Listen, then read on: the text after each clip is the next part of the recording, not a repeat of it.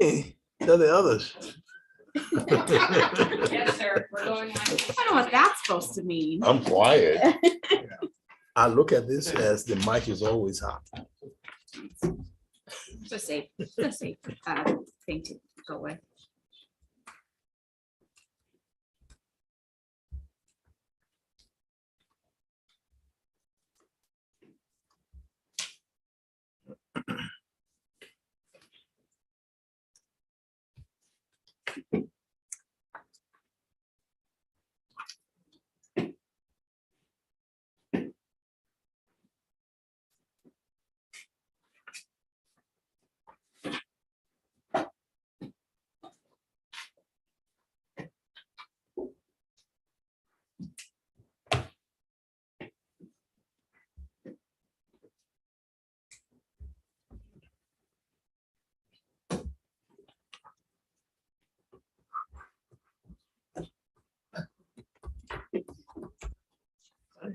Did he trip you? No, no.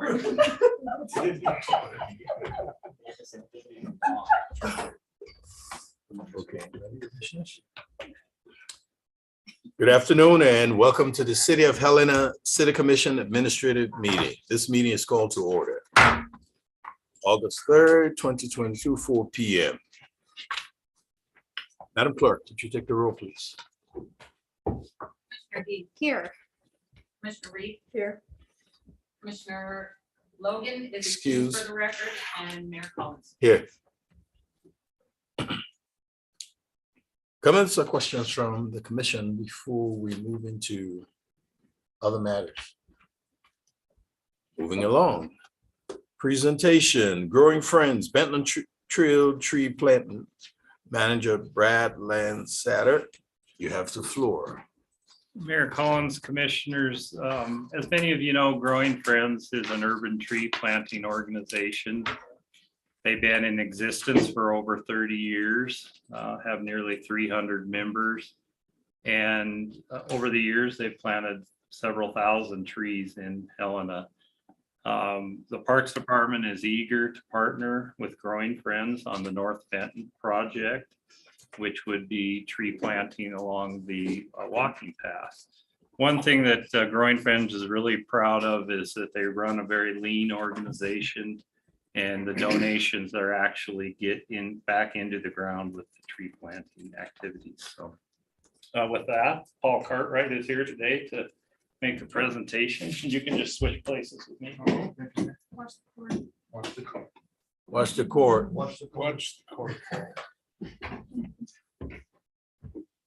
Mr. Cartwright, you have the floor. Mr. Mayor, Commissioners. So this is a proposal that's been floating around for a couple of years now, started pre-COVID, pre-change in staff, so it's taken time to get together. When MDT put in the trail, trees were discussed for reasons that Mr. Nopke can better discuss. It didn't happen, but it would be a good thing both to improve the walking experience, because that's a very hot trail. And I know the police chief back when I was on the commission was always worried about speeding on that route. So putting trees along there would provide some traffic calming, make it seem more like an urban route. So the proposal is to put in about 50 trees around 2,000 feet from near the entrance on the south to Elmwood on the north. We can't go any further north because the get tangled up in the turn lane and line of sight issues. So we have discussed this with Dave. It works out okay in terms of transportation. There are also some plans to upgrade that street with the turn lanes and curbs. These won't be in the way of that. They're going to be 3 feet, 4 feet off the trail, just to the west of it. There was concern, I think rightly so, that we'd be taking on the city would be taking on extra maintenance issues. That's true, kind of. Water's not the issue. That if you're paying city water, 50 trees, maybe $50 a season, 100 if you wanted to go wild on drip irrigation. They just don't take much water, and we would be able to time it so it wouldn't interfere with the golf course watering. The larger issue is long-term maintenance. grass cutting, weed keeping. So the original plan called for shrubs, nice clumps, and would have been pretty fancy to go with the trees. Several people pointed out, I think correctly, that they look nice, but it's a lot of maintenance. So it's been pared back to just trees and with fairly wide and fairly deep chipping around it to keep the weeds down in the early years. There will be some extra maintenance, not much is what I've been told by the people that run those big machines, but it's real. There will be some, and they will have to be weed-eated carefully for the first few years. They'll have deer guards on them that will protect against weed eaters. And once the trees get older, then they can take that kind of banging around if it's not too extensive. And we're talking here Norway maples, Helena maples, and prairie expedition elms, which are disease resistant. So the plan would be, if you guys approve, that we would tap into the golf course water system. Growing Friends would pay for the tap, for the irrigation, for the whole 9 yards. Basically, there's no cost to the city for the installation. This is a volunteer program. We wanted to do it for a long time. We would split the actual planting into 2 sections. On the south section where it's flatter, volunteers would do that. On the north where it gets a little more of a swale, we'd hire Garden Works to do it, so it's put in professionally, and again, thinking of long-term maintenance issues. So we are still waiting on some costs to come in, though the trees are on order, so they will be available for planting this fall if you approve. It's this size project is $10,000 to start talking about it, and probably more when you get done. But we're prepared to do that. We got a very sizable donation from Robert Rasmussen, Raz, which some of you may remember. A lot of you are new. And this is particularly poignant because he's given a donation for his reasons. But he was the one who made possible the extension of Benton north of Custer back 100 years ago. Maybe you remember. That was an undeveloped space. Nothing was happening with it. He bought it as an individual and then sold it at back cost to the city when it came time to extend it, and I guess donated the rest to Habitat for Humanity. So he's very much connected with that area already, and we want to use his donations to make this happen. So with that, I guess questions, if you have any, or if staff has any. I just have one question for Mr. Lynn Satter. I know you said there will be some work down the road in terms of maintenance. How is that going to affect your operation? Mayor, commissioners, the maintenance would be taken care of by the golf staff, so they are currently mowing that area. Okay. So I would say the extra maintenance will be, again, more time around each tree and string trimming work around each tree, and then occasional work if they note that there's issues with the irrigation. But the Parks Department is ready to take on that task of taking care of the trees. Okay. Thank you, sir. Mr. Mayor, if I can expand on that a little bit, the trees would be boulevard trees, which are currently taken care of by a different branch of the Parks Department than the Golf Department. So it's the lawn mowing that they're in for. I think this is good because the city requires.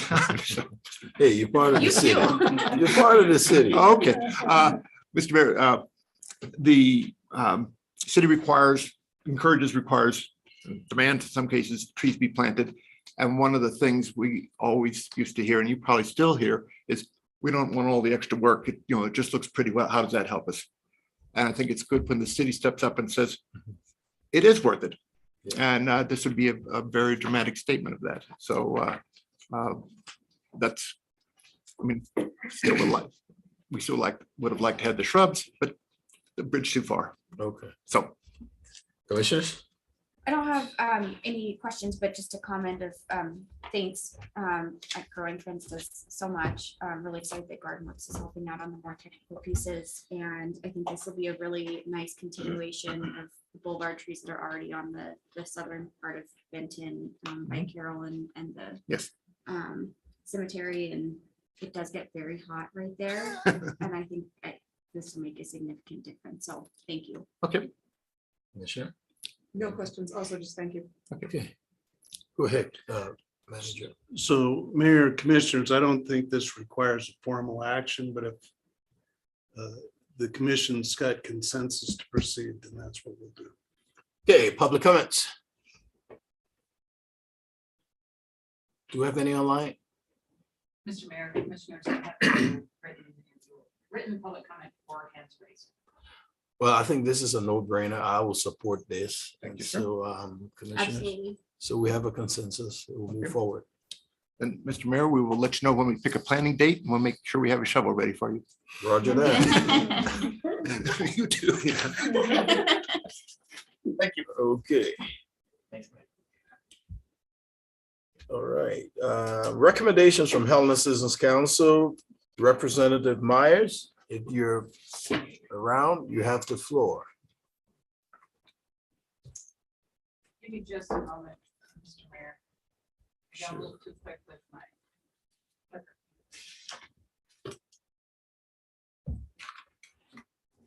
Hello, am I coming through clearly? Yes, ma'am. All right, thank you. Mr. Mayor, Commissioners, we have some updates on some recommendations. HCC did not hear back from the ADA committee regarding their recommendation to allow our 2 citywide code enforcement officers to issue tickets for infractions of complaint-driven ordinances. If the ADA committee so chooses, we would still like to pursue a working relationship with the ADA committee, so that item was moved to next month's meeting. HCC's recommendation regarding city zoning law to make it align with state law regarding childcare numbers and facilities passed unanimously. A comment that was done during our meeting was Brandy Thomas of Childcare Connections, which works with local childcare facilities, reported that the facilities support the zoning law alignment. And without it, about 50 to 60 children could lose their placement in childcare. And so we want to thank you for putting this item on your August 9th meeting to discuss it. Currently, HCC is working on increasing our public outreach. Our efforts will include social media, HCC window display, and door hangers. Just for public information, trail maintenance and weed pulling is being performed at the moment, and there are volunteer opportunities. Those can be found at the Montana Bicycle Guild or the Prickly Pear Land Trust website. We are very thankful as a council for the city putting in 15-mile-per-hour signs on Broadway and for the MDT for installing a flasher crosswalk. We would still like to get updates regarding our motion to install 2 flasher crosswalks near Jefferson School, crosswalks for Benton Avenue on Hauser and Stewart, and the expanding of Custer. We would also like an update on the Citizen Conservation Board. We want to know if a continuation will be granted, and our next meeting will be August 24th. Are there any questions? Thank you, Ms. Myers. Comments or questions from the commission? Go ahead. Mayor, we have received the zoning recommendation from the HCC. It's very comprehensive and well done. There is much of that in progress through the Community Development Department right now. I'd prefer to put that on the August 17th administrative agenda so we can talk about the HCC recommendation as well as where the Community Development Department is, and then in the future bring it forward to a commission agenda.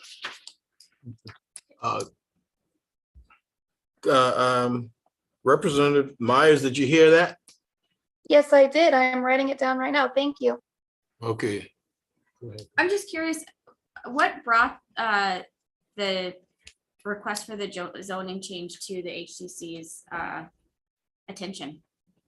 There are a few members of our council who were at those childcare facilities. They did not lose their placement, but some other parents did. And there were concerned citizens coming to us about the lack or soon to be lack of childcare. And as since we are the voice of citizens, we like to work with our citizens and try to create resolutions or recommendations that would address their complaints. And we believe that it would be a beneficial thing to do to align the zoning to the state standard. Thank you. Yes, please. Thank you. Following up on one of the points raised, Manager Burton, I think I had previously asked this question, but I don't recall the answer. With regard to the CCB extension, I believe it is coming on an agenda, but I don't recall when.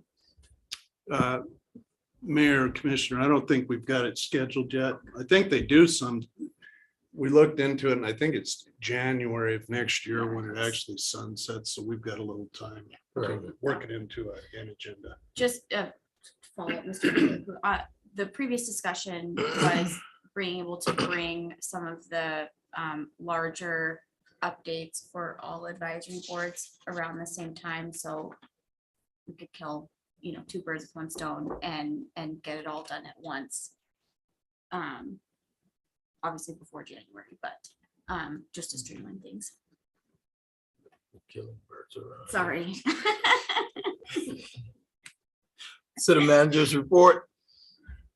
Mayor, I have no report. Thank you.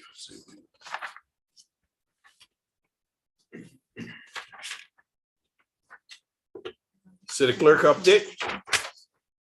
Mayor, Commissioners, I have no report today. Moving along.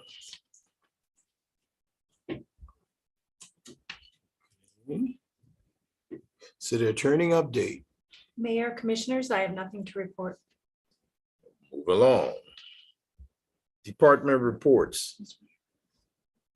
Yeah, but she said she didn't have anything to fill on that. Oh, no, it's fine. So department reports. Transportation system public meetings update. Director Kanopki, you have the floor. Thank you, Mayor, Commissioners. Just wanted to give you a quick update. We conducted 2 public meetings. One for the University Flowery intersection that was, there's a triangle piece there that's a little awkward, and we had met with a couple of the homeowners, and then we decided to have a public meeting to get everybody's comments.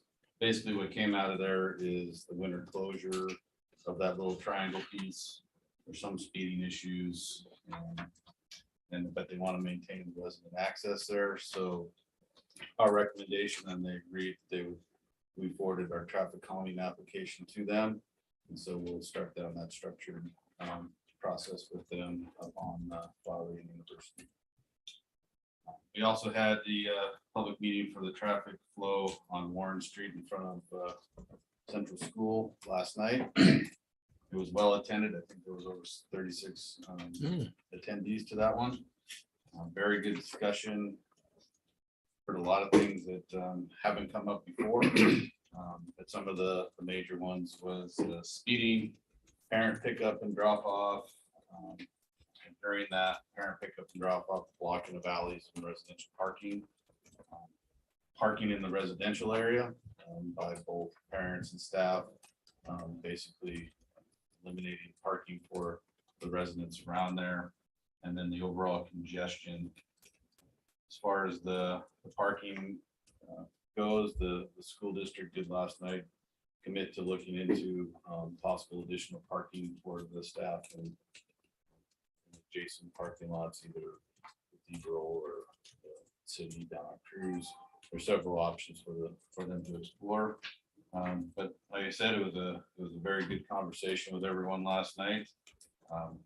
There was basically the request from the public meeting there was a holistic traffic study for the area to see what can be done. And hopefully that could be in conjunction with the traffic calming application as well. Hopefully the school would maybe sponsor that application to start moving the process forward, to start evaluating not just Warren, but Ewing and how it connects with Rodney and 7th, 8th, and 9th, and all that traffic interacts. So that's all. Comments? Questions? Just Commissioner? a brief question. How does that traffic study overlap or not with the safe routes to school analysis in all the schools that will eventually be happening? Mayor and commissioners, it would probably be overlap quite a bit, so it might be one that would be already done by the time we get the planning grant money, or done in conjunction with. But there's very similar goals to the safe routes to school. This one would look at the vehicle flow a little bit, potentials for parent pickup and drop off. But I think it would mix very well and really address a lot of the issues that the neighborhood had last year. Awesome. I think it would be great if, I mean, we could even, I mean, if we could just get that one done for Central and, you know, build that right into the safe routes to school plan, just so we're not having to, you know, expend multiple resources. Other comments? Thank you, Director Kanapki. Mr. Mayor, Yeah, I do apologize. I actually was looking at the wrong part of my agenda. I do have a report for you. too late, too late, too late. We're gone. We just passed you by. Okay, city clerk update. I apologize.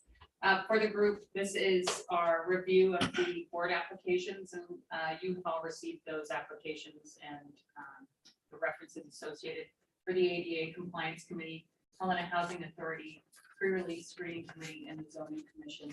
I'd be happy to answer any questions on those appointments. These are your appointments that you're putting forward for review with the rest of the commission. Correct.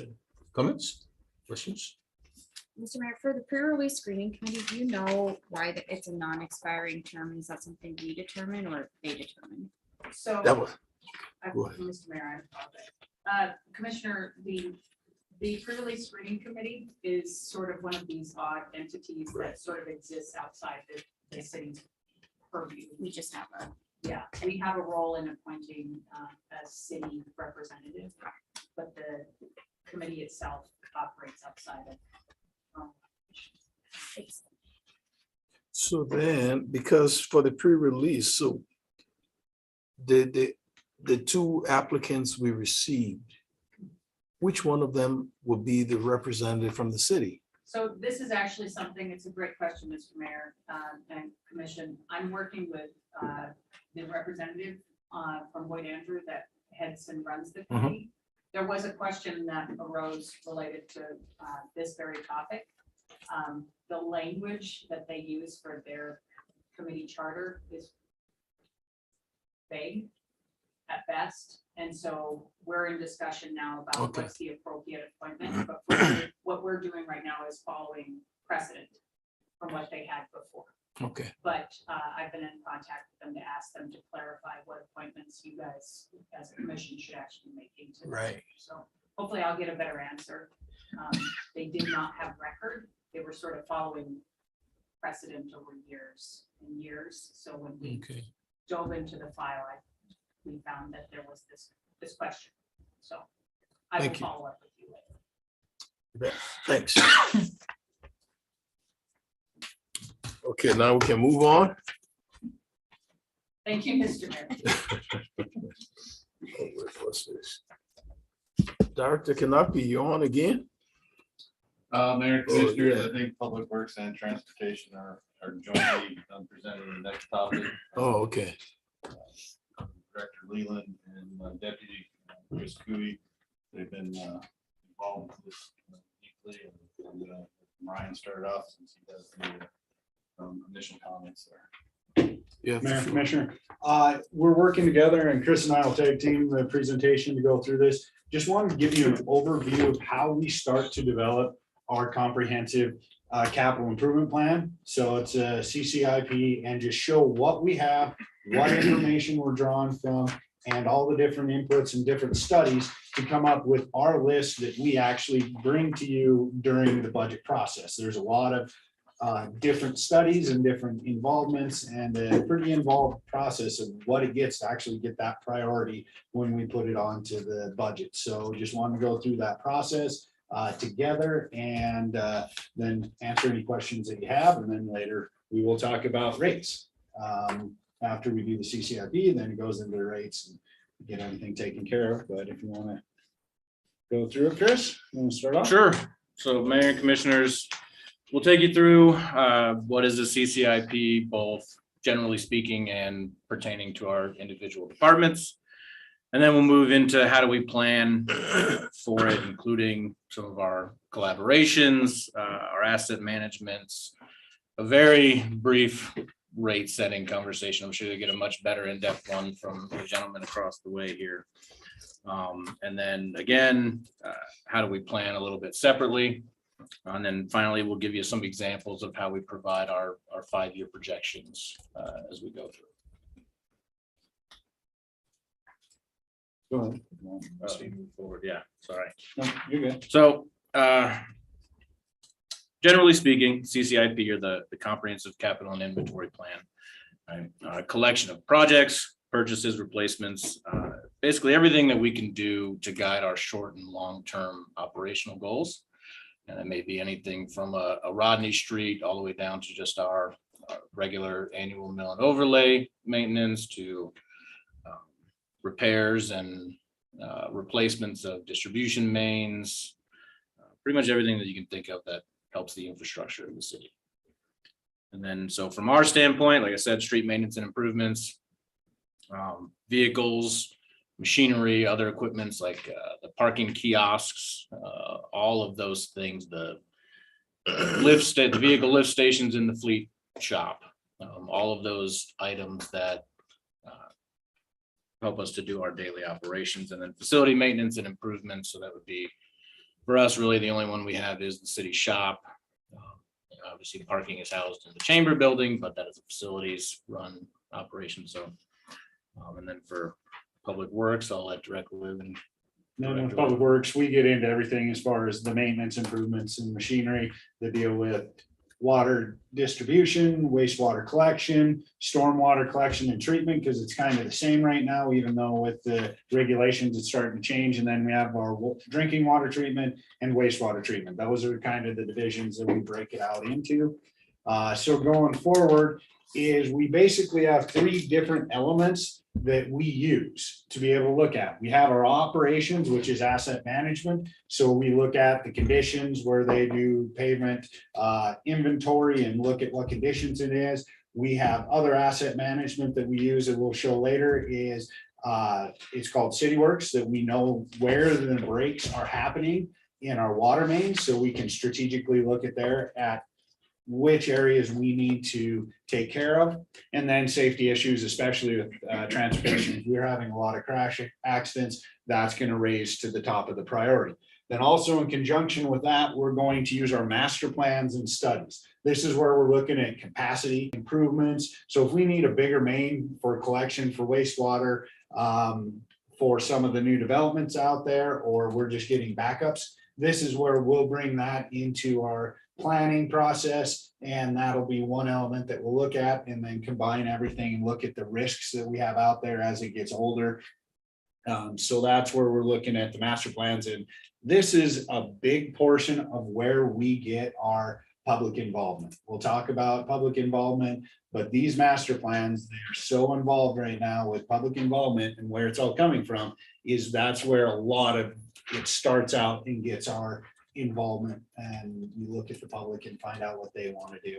And then the last one is the department collaboration or coordination, Front Street, Rodney Street, where we either have a utility project or a street project, and we want to do them all at the same time. We don't want to really replace a whole street with a bad water main underneath it, because they tend not to make the streets last too long when they blow up. So with that, that's how we kind of look at the 3, and then we set our plans for the next 5 years that we go out there that we review annually. And some of the collaboration, if you want to go over that. Chris? Sure. So internally, obviously a capital plan, right, is sort of an evolving thing, right? Whether a main breaks or a sinkhole opens up in the street, something like that. Our plan is just that, it's a plan, right? It guides us. So as we go throughout our operations, there's a constant communication and collaboration between especially our departments to make sure that not only are we still sticking on track with the plan that we've had in place, but if we had to pivot from that plan, is there anything coming down the pipe that's going to conflict with something that's in their plan? Just to make sure that we're not interfering with either operation to the extent that we can.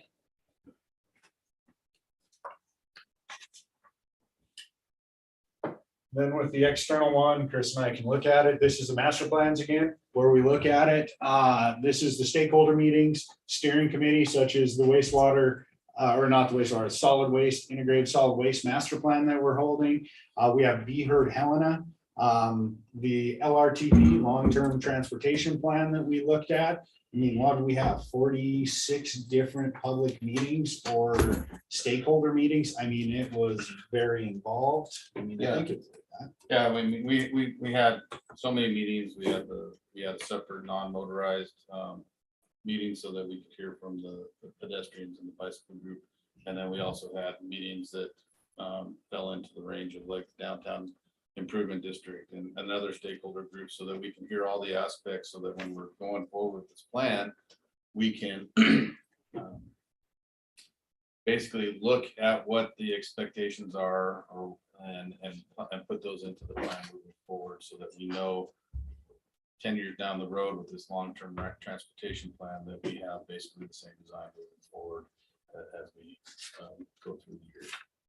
And that's why we depend so much on the master plan. Once it gets approved, is because of the public input aspect of everything that has gone into it. And why we need to update them. As you will see, some of them have not been updated as often as they should be, but we will get into that, especially in public works. I know transportation's done a better job. On this one, Sure. Chris? So and then the next part of our external collaborations would be in the development itself. So like we said before, obviously this is a long-term planning tool, but we try to keep it to everything within the next 1 to 5 years is what we focus on as we go along. And we'll bring in things like the commission's strategic objectives or any concerns that you all may have with the projects that are being presented. And then also any of the concerns and complaints that we received through the My Helena app, which feeds into our work order software, CityWorks. Now with that is, we're getting into our asset management. This is a lot of money that has been spent and a lot of time and effort by every single department that's out there.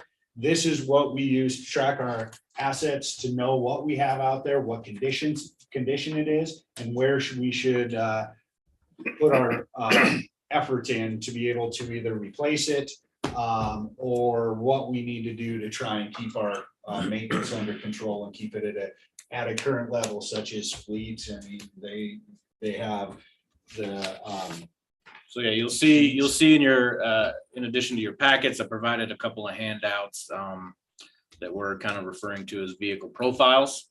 And so we're fortunate to have Scott Rasnoff, our GIS coordinator, who's I think much smarter than the two of us typically on a day. And so he's able to use the software that we have to make it do some things that it really wasn't designed to do. Right. And so these vehicle profiles is one of them. So we're putting all of the information that we can about the vehicles, when it's parts that are being used for repairs, the fuel usage that's on them, you know, when did we buy them, how much did we pay for them, when was the last time they were serviced. And so that's what we're using from a vehicle and machinery standpoint to track all of those assets and work them into a replacement cycle.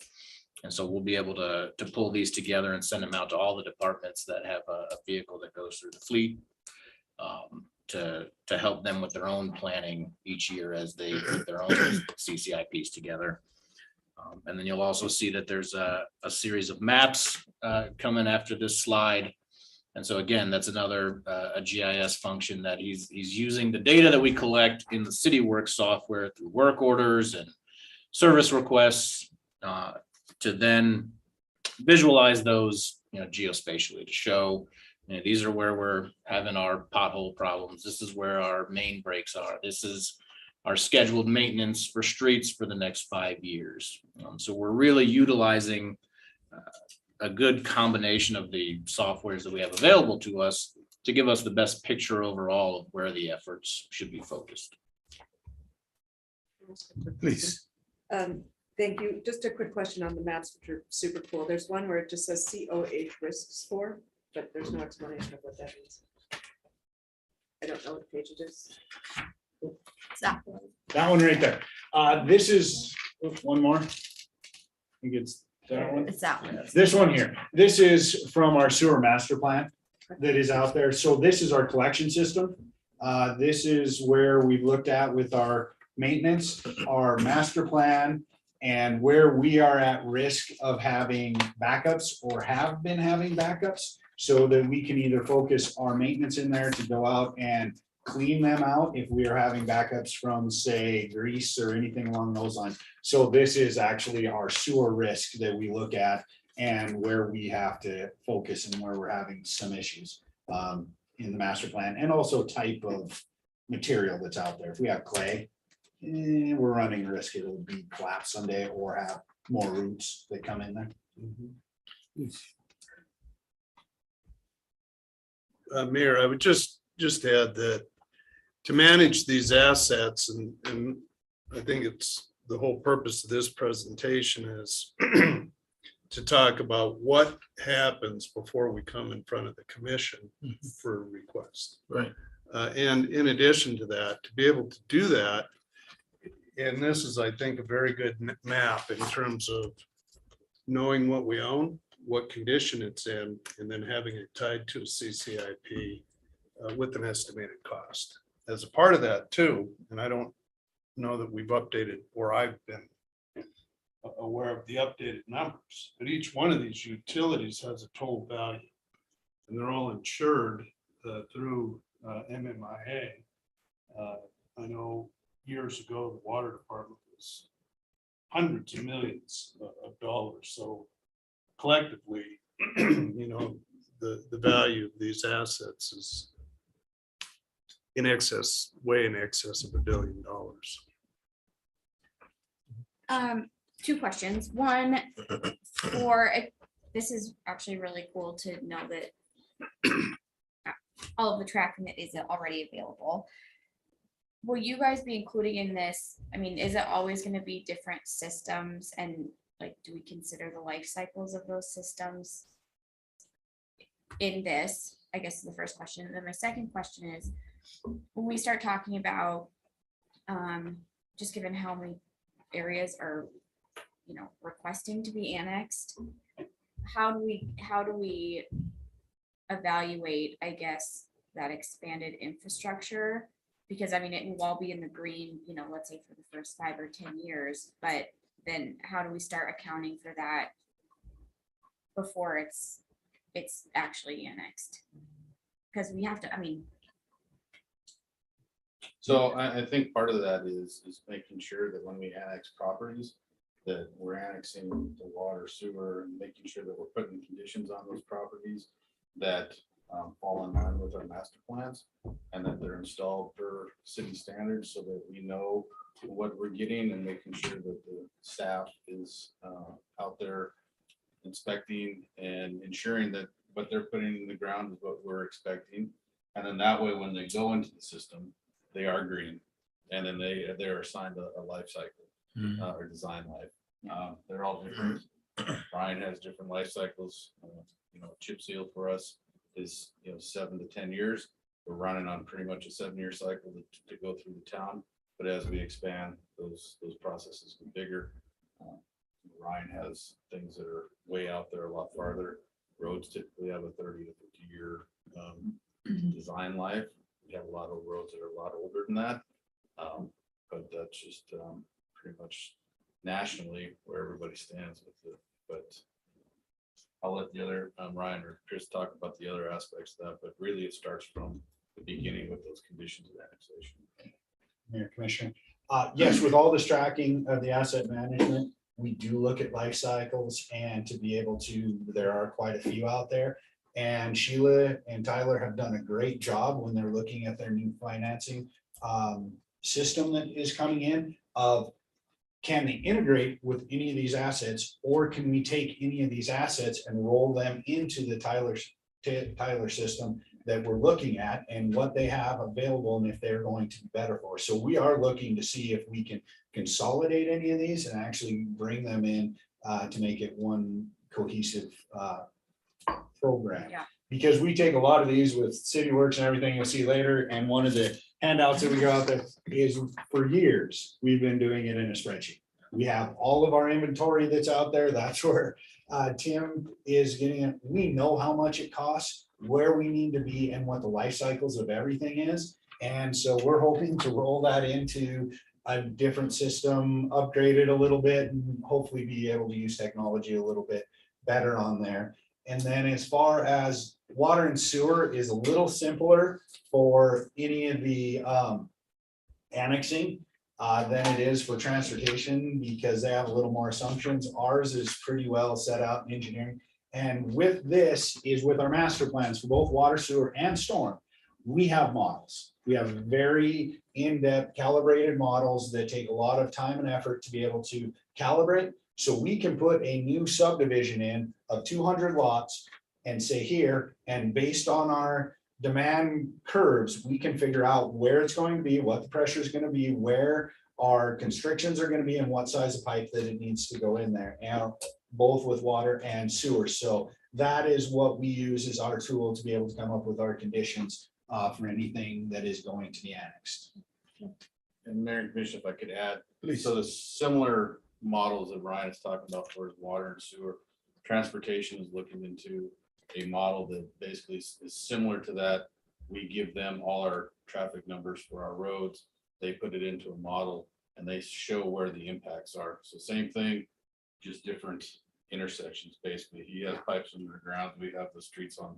And so then looking at this program, there's a more consistent evaluation of all the annexations coming in, and it shows a bigger picture because, for instance, one of the past annexation, you look in a general area, well, it might not have accounted for an intersection 6 blocks away that is being overly used, because now that's the easier route to get from that current subdivision to someplace else. So, Well, and Mr. Mayor, this doesn't need a response, but I think just something for us to be thinking about, and I've brought it before. I think, I don't know if we'll ever necessarily get out of this hole, but it'd be nice if we can set ourselves up so that in 40 years, the city's not saying, we have 40 years of deferred maintenance that, people today need to pay for, which is, the situation we're in.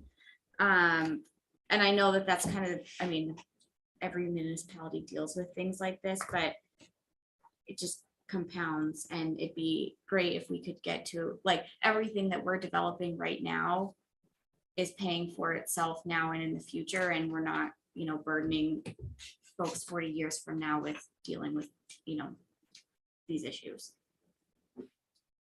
Thank you. That is our goal too. So going forward, is that some of these maps up here, Chris or Dave, if you want to? Sure. So this is our pothole density and our pavement condition index, which is what Director Canopy was just referring to, that we feed all that information to a third-party vendor, and they come back and they give us essentially a score that says this is how well or how not well the conditions of your roads are. So we map those out, and then we use that information to help us develop our plan on where we're going to focus for the next, like I said, 1 to 5 years, on what areas need to be addressed first. Director Leland, if I'm not mistaken, I'm not sure what year it was, but a few years ago, we did have a road study that graded our streets. And is that outdated now? Mayor, I'll take that. I'm sorry. Well, one of you can take it. So yes, we did. And that gets updated every 3 years. Oh, okay. And the reason for that is it gives us a degradation curve so that we can see how long our asphalts are actually lasting here in the city. And we have in the past I won't get into the mixed designs, but we've used a couple different mixed designs in different areas so we can track and see which mixed design is giving our more longevity with our climate, with our freeze thaw. So every 3 years for a few more years, we're going to keep doing that pavement index until we feel that we have a comfortable life cycle that we can assign to these roadways. And then it'll be expanded out farther, like 5 or 10 years, revisited that. Okay.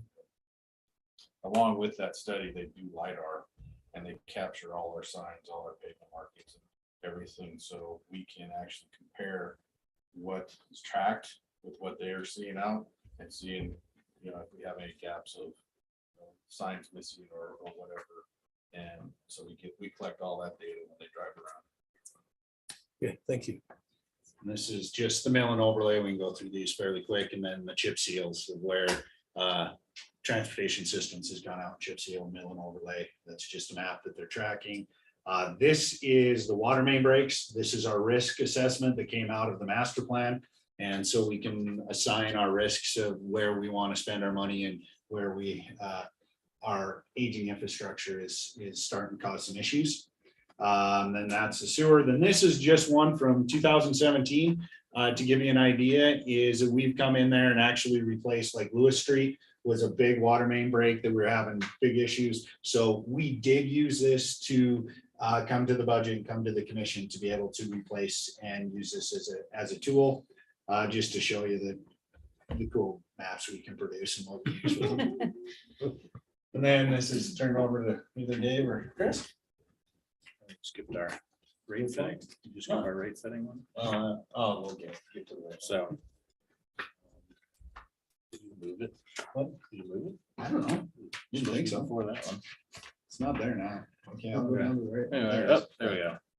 So again, a brief sort of understanding of our thought processes as we go to set rates. Again, so obviously our methodologies will differ from department to department on how we set the rates, but the general philosophy, I think, is there. The two factors typically being, how much money do we need to support this plan and our operation? And even if we had that much money, is there capacity to do all of these things that need to be done either internally or through contractors?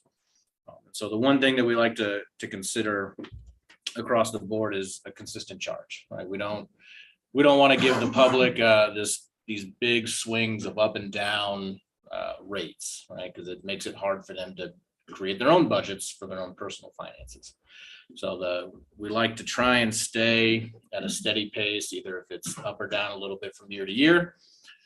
And the other thing again is the capacity. So material and labors, as we know, for the last couple of years, materials have been expensive, labor has been in short supply. Contractors are not able to find workers to perform some of these contracts. So that's another thing that we keep in mind as we create our plans for the things that can be done and for that what we bring to the commission to approve from a budget standpoint. And you'll hear about the water and sewer rates here in a few minutes. So going back up is to transportation systems. These are kind of the planning documents, if you guys want to talk about them. Yep. So this is part of our how do we plan? So typically, again, I said you'll hear this a lot. This 1 to 5 year timeline is what we like to focus on, right? Because things are always changing and something may come up that has to take priority over a different project. So we try to stick to this 5 year. We have our mill and overlay and our chip sealing. And again, typically guided by those condition index scores. And then we'll rank them for priority, either if it's emergency routes, local roads, things like that, to say what areas need to be addressed first. Again, the 5 year vehicle and equipment needs. So going back to the profile sheets, those are things that we've been working on from a fleet standpoint to help not only our departments, but all departments in the city to have a good idea of what the life cycle of their vehicles and their equipment are so that they can work those into their own plans. We have the CCIP spreadsheet, which Ryan gave you a glimpse at. for as many sheets as they have, we have just as many as well. And so we also have, again, CityWorks and GIS is what we've been leveraging a lot to try and take the information in those spreadsheets and turn them into visual aids to help us to really get a good idea of what's out there. And again, the LRTP, the Long Range Transportation Plan, which I believe is coming up for an update probably in the next year or two. And then our facilities, we would coordinate with Superintendent Sampson, who's currently managing our fleet facility, which for us, again, is really the only facility that we have to worry about in that aspect. So going over it quickly, with Public Works, I won't get into it. We do the exact same thing the transportation does with fleet and all where we're at. This is a list of our studies. We have minor studies. These are just the major ones because we could just keep listing and listing a ton of studies that are out there. But these are the master plans, and wanted to point out that the wastewater collection master plan and treatment is being developed as we speak. The facilities for water is being completed. Then we did the strategic plan for solid waste, and the integrated solid waste master plan is being developed too. So these are the plans that we have out there. And if you want to come and look at any of these plans, feel free, we can get them to you. And then this is kind of the sheet that we went over. This is an example of streets, if you want to talk about it. Sure. So this is an example, a little excerpt from our big spreadsheet file that we use to track all of our inventory and our projects. So to give you an idea of how we use it, so what you're seeing there in the major maintenance area under section A, you can see that we break it out. Really, we try to keep it simple as far as the maintenance goes to say chip seal or mill and overlay. We have a goal of the amount that we'd like to get done each year. And that's what this spreadsheet helps us to figure out. It says, if you want to do, this many square feet or square yards of chip sealing, or if you want to do this many tons of asphalt in a mill and overlay program every year, this is how much money you need to do it based on current costs. So we use this to help us to figure out, again, tying in with our rates and everything like that, to determine how much can we afford to do. We'd like to do this much, and it's going to cost us, $875,000 in the next year to do the amount of chip sealing that we would like to do. Now, whether or not we can afford to do or have the capacity to do that much is where the conversation comes into play. And so this is our planning tool that tells us how much should we be doing versus how much can we do. For example, our chip seal this year versus last year doubled. So the cost doubled, so the amount of mileage that we would typically be done was basically cut in half.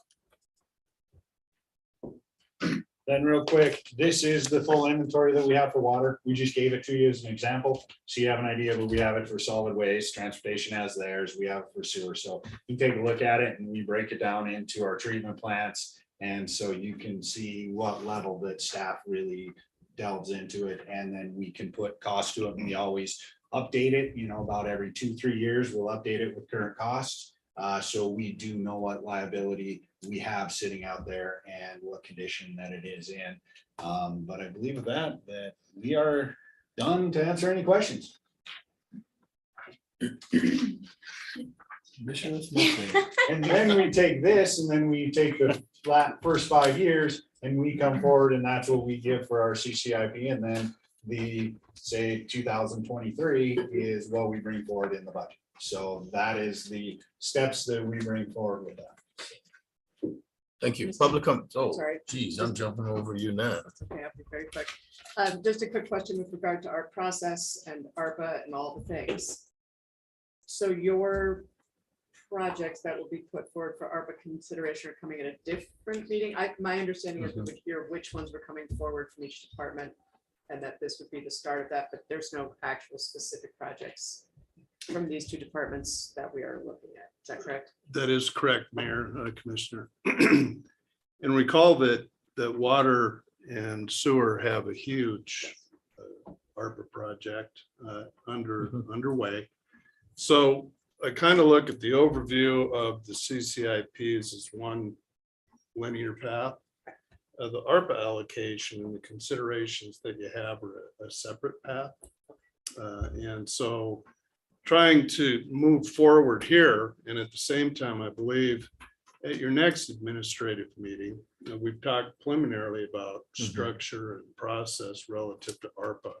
We'll be asking for further direction on how you want to proceed with past conversations that we've had. Understanding that we've got the capital that wasn't funded. We're combining those lists so that you'll have it in front of you. And just keep walking down that road until you're comfortable that yes, this is what we're going to do relative to consideration for it. So it's kind of a dual path. Gotcha. Thank you. And as far as water and sewer, our ARPA projects are moving forward. They're already set. Way we go, but it's different set of them. I don't have any questions, Mr. Mayor, but just a comment that this is actually very cool. And I think it would have been great to even have this presentation 2 years ago because it's awesome. One thing that I think might be helpful moving forward, especially when we do start having some, not just the long-term planning conversations, but specifically with the ARPA dollars, if it's possible to like make some of the maps more readily available. I see Jake online, so sorry to maybe add more work to your plate, Jake. But I think that the illustrations are a really good example of what we actually do. And I don't think most people in the public have no idea, what goes into making a city function day in and day out. And this kind of thing, I think, is a really helpful way for people to actually visualize, how it impacts them on a daily basis and why they should care about it. Thank you. Go ahead. Here, Commissioner, I couldn't agree more. Part of the consideration is security. And for that reason, Okay. it's not all Got it. available. But like what's in here. Right. Okay, are we down to you, Sheila? Are you next? Because these guys were just going back and forth. I lost track of Well, what the heck actually, they were doing. I believe it was under Brian. We're on Delta now, right? Yeah, we work together. Okay, on City this of project. Helena rate study, Public Work Director Leland and Finance Director Danielson. Mayor, Commissioner, this is the next step after we get the comprehensive plan and then the budget with the operational side of things, is that we look at setting rates.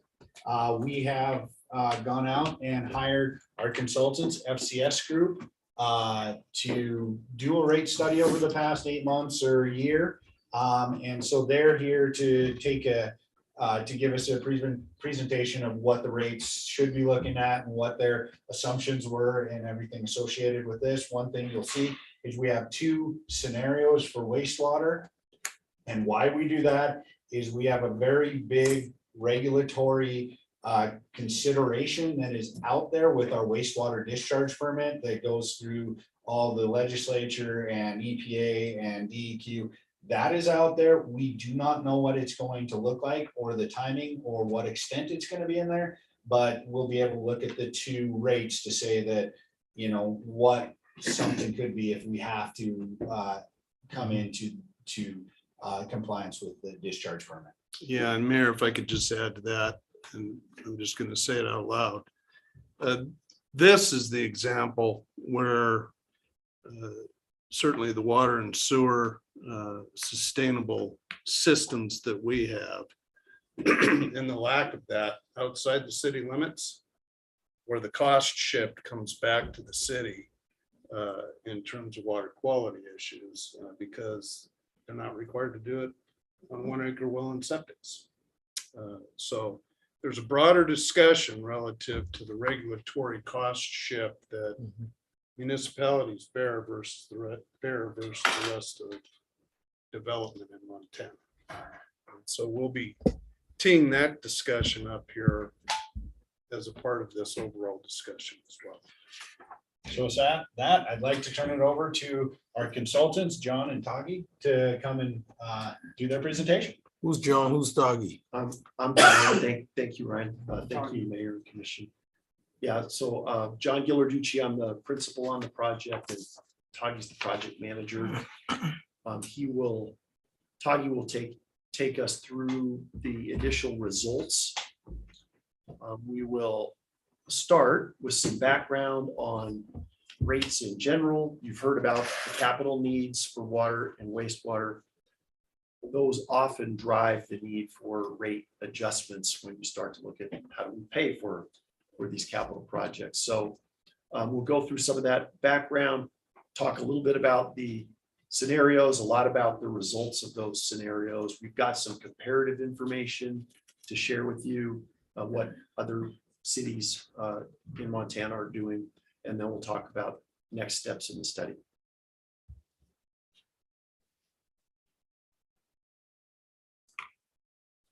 So background on utility rates. All the work that we do, the number crunching that we do, is to ensure that we come up with a financial plan that recovers the costs of providing water and sewer service, no more, no less. We don't want to make a profit, and we don't want to leave the utilities underfunded. There are two primary types of costs that we're forecasting in a rate study: operating costs, which are the operating budget. Those are salaries. They're very predictable. Maintenance, asset repair, chemicals, power. We know what they are generally from year to year. The ones that are a lot more difficult to deal with are capital costs, because you'll go a few years with a reasonable amount of capital and then have a giant need, like we're talking about potentially in wastewater. And so part of our objective of capital costs is to smooth those increases out. Sometimes that's done by issuing debt.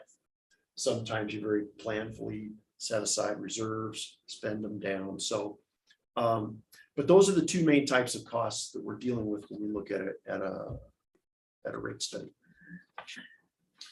So one of the tasks that we've taken on in this study as a way of addressing some of the key policy questions surrounding rates and the two utilities is we've written these policy papers. And the first one is on fiscal policies.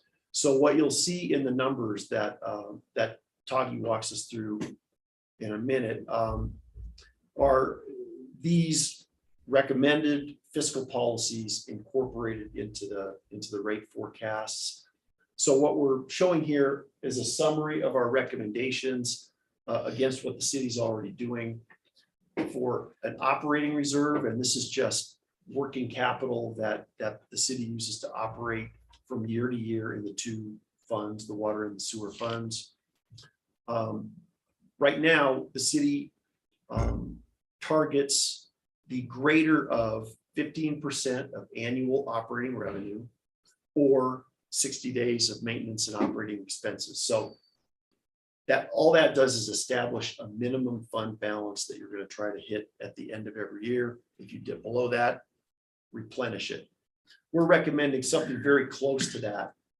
You see in the proposed policy there, 60 to 90 days of maintenance and operating expenses, and then 1% of the total cost of the system for each system, the fixed assets, as a minimum balance for a capital reserve. So you'll see summarized in the table there for water, the operating reserve target then varies from a little less than $1 million to 1.4 million over the course of the study.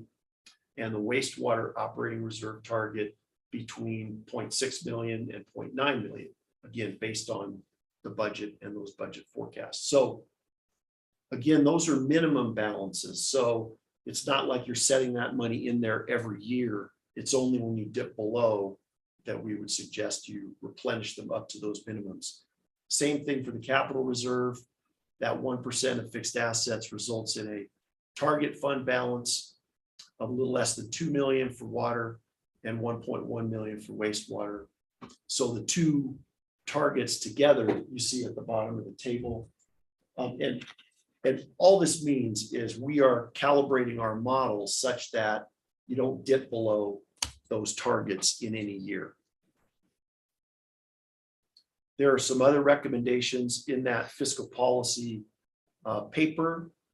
When the city issues revenue bond debt for water or wastewater capital projects, it is required to set rates not only to meet the debt service payments, but a factor over and above the debt service payments. That's called coverage. So for water, the existing debt coverage requirement is 1.1. So the requirement is 10% above the actual debt service payment. You need to set rates to recover that. And for wastewater, that target in your existing bond documents is 1.25. If, as we are forecasting, the city hopes to issue additional debt or needs to issue additional debt, you need to be targeting a coverage factor higher than those minimums. So we're suggesting, and we've modeled, that you will target coverage of at least 1.5 debt service for both utilities. Just again, so that you will have the capacity to issue debt if needed in the future. This will all become real when you start to look at the numbers in a minute.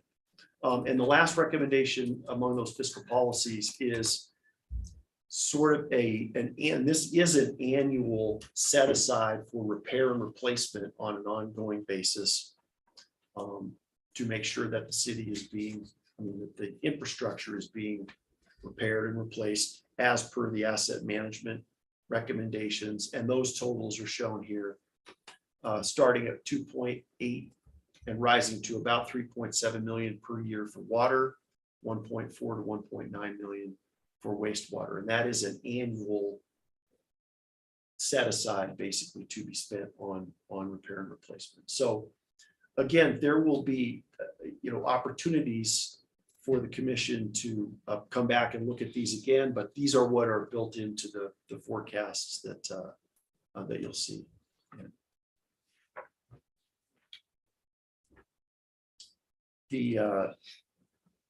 What we are presenting today and what Tagi will walk through is called the revenue requirement. It is basically a financial plan for each service in which we look at the fiscal policies we just talked about, the operating budget, and the capital plans, and then try to come up with a financial plan that meets all those needs, all the financial obligations of each utility. There will be some rate funded capital in addition to debt service, and that determines how much is needed from rates for each year. And that's the revenue requirement and the financial plan. So some results for you. All right. Thank you, John.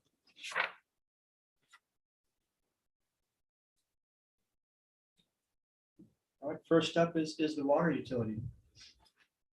Wanted to share what the current rates are, so that there are two types of rates that a customer would pay. One based on meter size. You can see they're ranging from a 3/4 inch meter up to a 12-inch meter. 3/4 inch typical for single family customers that pay just over $9 per month. For how much water is used in a given billing period, commercial customers will pay just over $4 per 100 cubic feet. Multifamily, a little bit less at $3.39 per 100 cubic feet. And then for single family residential customers, there's a increasing block structure. So the first 8 units, $3.39, units 9 through 15, $3.80, and then anything over 15 units per billing period would be at that higher $3.86 per unit. John was talking about reserve targets, and so that dashed green line is a rough estimation of what the 90 days of maintenance and operations plus 1% of fixed assets, just under $4 million. So currently, at least as of the June 30th, 2021, about $14 million in cash. You can see anything above those reserve targets could be used for offsetting future capital project costs. Earlier in the meeting today, a lot of discussion about the CCIP tool. We've taken those numbers and put them into the rate forecast model. This gives you a picture of kind of the ups and downs of the annual capital program. So in total, over that 10-year period, about $86 million. So on average, just under $8 million per year. So in some years, you're, 12, $10 million. In other years, under $2 million per year. Really depends on what types of projects and how large those projects are in any given year. And the rate forecast attempts to anticipate those costs and spread out that cost over time through smooth rates, as mentioned earlier, and then if needed, borrowing. So for the water utility, we put together a capital funding strategy that is a mix of borrowing, rates, some grants, some ARPA funding is assumed to be included in the forecast, and then some drawdown of reserves closer to what those minimum reserve targets are. So $86 million is the uninflated cost with anticipated cost escalation. Those same projects would be just over $104 million over that 10-year period. So just under half we're expecting to be funded with loans or other debt instruments. Just under 40% would come from annual rate revenues set aside for cash funding capital projects. And then grants, existing reserves, and connection charges would make up the remainder of that 10-year funding strategy. So when we put this all together, we have a revenue required forecast graphic here. The stacked bars here are the financial obligations of the utility in a given year. So the darker color at the bottom, those are your operating expenses based on actuals in the current budget and then forecasted forward with cost escalation each year. The green sliver, much smaller, that's your existing debt service for loans already on the books. And then on top of that, any new pink or purple color there, that's new debt service, principal and interest payments that would be required to repay some of those 40 some odd $1 million worth of loans over the next 10 years. And then anything above that, the goal would be rate funded capital. And that helps not only balance the need for debt, but also provide that debt service coverage target that John was talking about earlier. What you can see here with the line is the current rate revenues with today's customers without future rate increases. So you can see if you kept today's rates with the minimal amount of customer growth by 2028, the utility would be unable to fund any cash component of the capital program. And so that need is then forecasted against what we think the revenues ought to be to cover your annual requirements. And so what we see here is the dashed line. That would be the revenues under the rate increases shown in the percentage there. So just under 5% per year. Going to the earlier comment of we're trying to smooth out rate increases over time so that it not only funds the requirements of the utility, but also is a predictable increase for ratepayers so they can anticipate and budget for those changes on an annual basis. The numbers just below this percentage, that's the annual debt service coverage. So we're trying to keep that at the kind of 2.0 range over the time period there. Sometimes it's above, sometimes below 2.0, but we're trying to hit that mark by the end of the forecast period. So with those 4.75% rate increases, you can see how that would be applied to your current rate structure. These are what we call across the board rate increases. So we're applying equal percentages to both the fixed and the volume charges for all customers. We're just showing single family customers here. You can see for a typical single family customer, if they use 7 units in a billing period, their current monthly bill for water would be roughly $33 per month. Over time, with those 4 3/4% rate increases, that would increase to about $52 per month by 2032. So a monthly change per year in the $1 to $2 range in the first several years of this plan. So in summary, for the water utility forecast incorporating the current CCIP, we're recommending 4.75% rate increases per year. Annual impact about $2 per month for a typical single family customer. In terms of the capital funding strategy, roughly $39 million from rates, almost $46 million would be loan or debt covered, and that's a total capital plan of $104 million. That's the water utility. Next up, the wastewater utility. And as Ryan mentioned at the beginning, we've run a couple of scenarios, one with that permit-driven project and one without, to show you what those relative rate impacts would be. Just as for water, we're showing the current wastewater rate schedule, so all customers pay $9.73 per month for the base charge. And then on top of that, a volume rate per 100 cubic feet or CCF. Residential, $3.34 per CCF, commercial, $4.49. So they pay more on a per unit basis than residential customers. So here's the two scenarios. Those permit-driven projects, at least right now, are estimated to be just over $24 million, and they're planned for 2025 and 2026. So that's scenario one, including those projects. Scenario two shows the rate impacts without the permit-driven projects. So same types of slides here for the wastewater utility. Much lower fund balance to begin with. So you can see there the amount of cash that's available for future capital projects, much smaller than is for the water utility. So you can see there that the 10-year capital improvement plan, generally kind of in that $2 to $4 million range, but certainly you can see there in the 25 and 26 bars there, significant capital projects. Primarily, those are the permit dependent projects, roughly $24 million over that 2-year period. So averaging about $5 million per year. So for scenario one, capital funding strategy would be just over 60% funded with loans, 45% funded with annual rate revenues set aside for senior capital expenditures. And then just a little bit there for system development fees, fees paid by newly connecting customers, and then a small sliver there for grant funding as well. So in total, with cost escalation, estimating that 10-year CCIP to be about $66 million. So here's what your utility forecast would look like if you did not increase rates. You can see again here operating expenses in the darker color there at the bottom.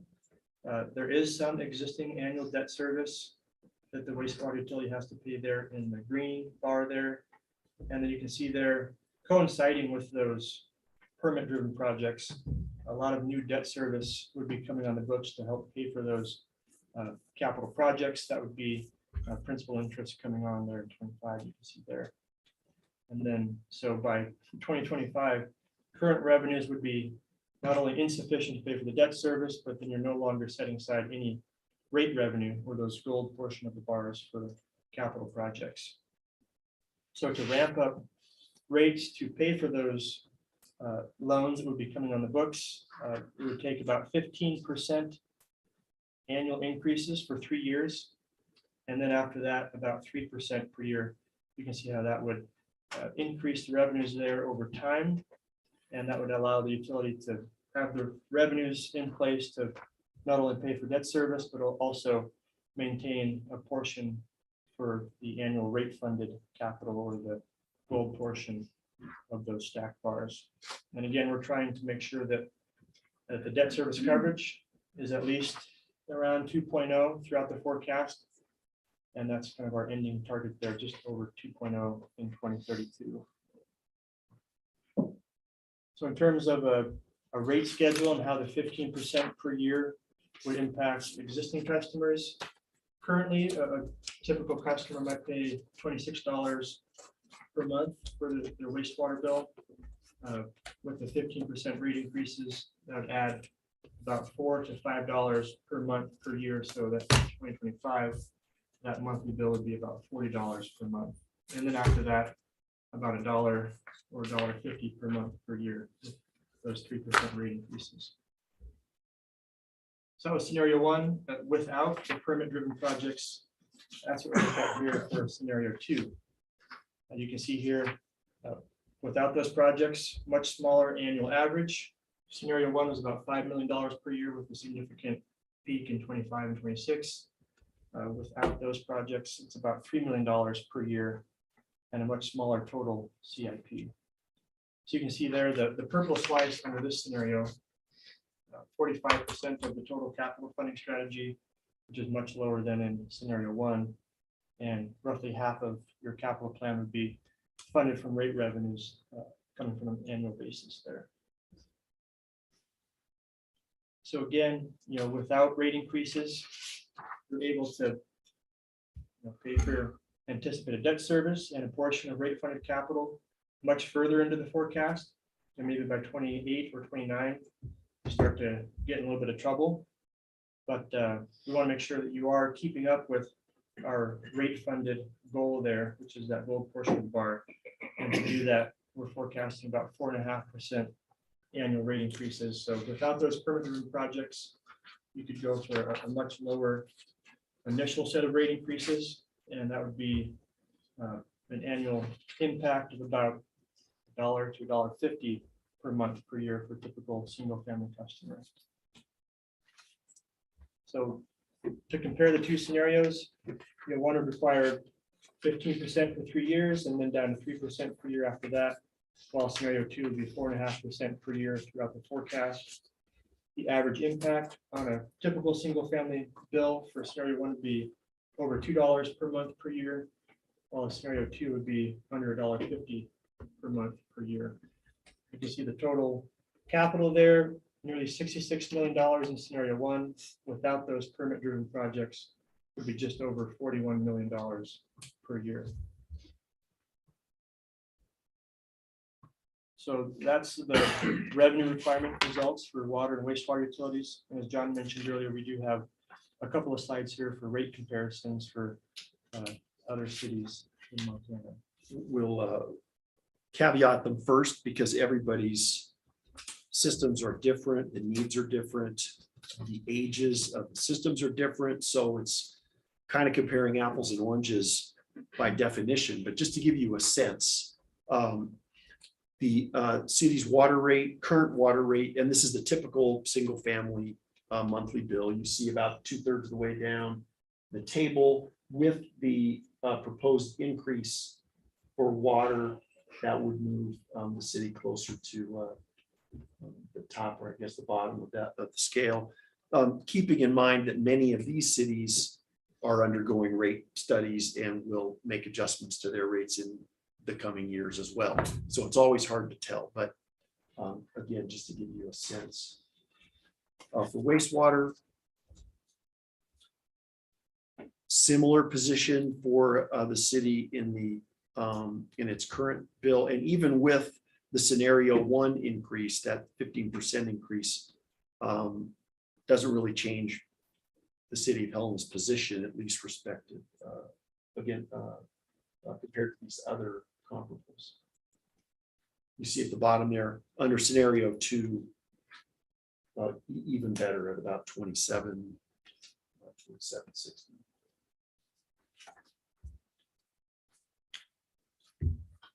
So we tried to bring together on this conclusions slide the recommendations for both water and wastewater, and we've got the proposals for both scenario 1 and scenario 2 for wastewater.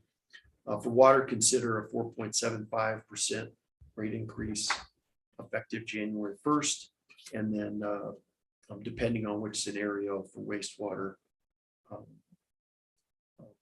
but possibly moving forward with scenario 2 until you have complete knowledge about the permit requirement. In that vein, reassess these annually, and that's something you could do internally to track revenue against forecast.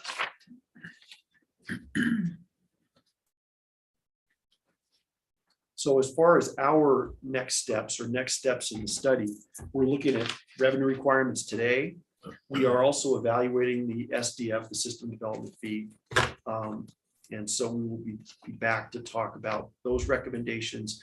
We're also doing what's called a cost of service analysis, which looks at not only, so we've looked at the revenue requirements today, the cost of service analysis looks at the actual structure of the rates. So that could result in an option that has a water rate that has a steeper progression of volume rates, for example, unlike the current one. Options for you to consider that will generate the target revenue, but might do it a little differently than your current rate structure. So that's also an upcoming step. That's our prepared material. Thank you. Comments or questions from the commission? I'm just curious, obviously you've gone through all of our historical data in order to get to this point to do this kind of modeling, which is really interesting. I guess, and I'm assuming that we've had similar master plans in the past. And I guess how do you mentioned here one of the recommendations being an annual evaluation of, where we are compared to what we're suggesting here. I mean, are we on target to what a previous master plan said? Or because one of the things I always think about, we get lots of, and we talked about it in the session before, literally hundreds of master plans on all things that happen within the city. And they're all normally really cool and very interesting, but we rarely get an opportunity to actually evaluate what have we accomplished from those and how does it compare to, how does it stack up to new realities? And so I guess, do you include that kind of evaluation when you get to this type of modeling of, where we've been to move forward in maybe a more consistent direction? So we're finance guys. So we, we're looking at the dollars, and we don't go back and look at how previous master plans have been executed. That might be something that staff can speak to better than we can. Mayor Commission, yes, when we get a new master plan, we look at where we've been. We kind of look at the existing conditions and what happened with the previous master plans, and then we can compare, are we falling behind on where we should be with capital replacement, or are we kind of on track with that? And so with each of them, each of the different systems that are out there, it can be different. I mean, different regulatory, it's hard to say, but we do look at it. Yeah, and I think, Mayor, Commissioner, different people make decisions on the same plan. And so there are variables, and I think what's important with what we're trying to lay the groundwork for is our obligation is to make sure that the governing bodies as informed as you can be before you make decisions. So we got the two paths going forward. You just adopted the preliminary budget. You're reviewing the CCIPs, not only for water, wastewater, park and rec, police, fire, etc. And I've yet to be in a position where all capital plans are funded at 100%. So then you'll be able to have this background information and say, I think this is a higher priority than this. And then that's where our focus will be. And those are policy decisions that you're making on behalf of the community. And so at the same time that we're talking about allocating ARPA money on a different path, you'll know where that money's gone. And you'll have reviewed the CCIP. Essentially, this review right now is preparing or providing information for you to consider in next year's budget process. And not that we won't review it again, but it's to lay the groundwork that here's how we come up with the information. Here are some preliminary recommendations, and we'll do that across the board as we get ready for the next year's budget process. Thank you. Thanks for your presentation. Do we have any public comments? Mr. Mayor, Commissioners, I have no hands raised. No written public comment. Thank you. Ordinance establishing fire restrictions within city limits of the city of Helena, Montana. Chief Campbell and Attorney Doctor, you have the floor. Thank you, Mr. Mayor, Commissioners. I have a brief presentation for your discussion regarding a new ordinance that addresses open burning as well as seasonal fire restrictions for City of Helena, beginning with just a short review of the history of the issue. City of Helena has adopted the 2012 International Fire Code, provides the basis for fire restrictions for open burning and recreational burning. City of Helena does not currently have an ordinance governing burning practices within the city limits. Other Class 1 Montana cities have adopted their own ordinances, with the basis of these ordinances being the International Fire Code.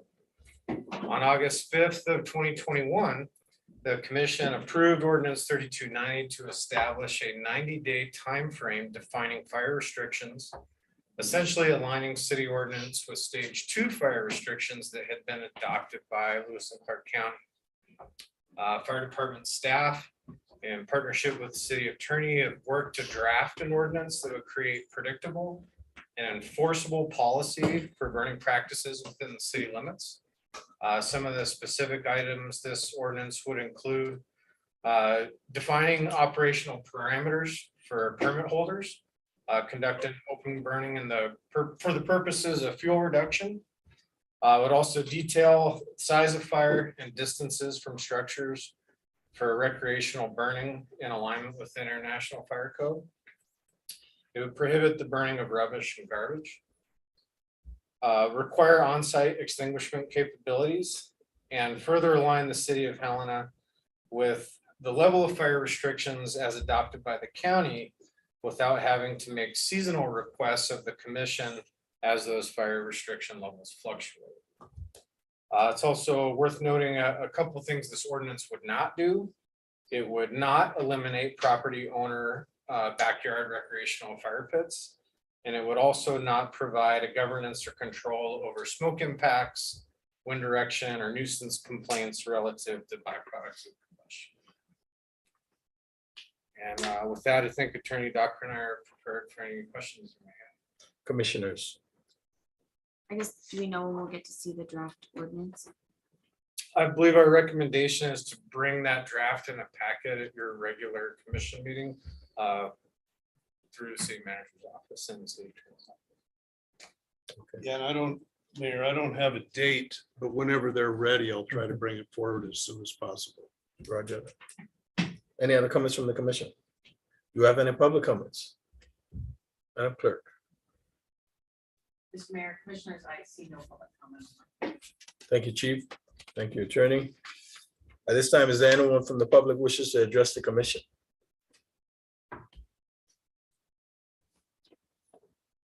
Madam Clerk, Mr. Mayor, I don't see any hands raised or written public comment. any final comments from the commission? This meeting is adjourned.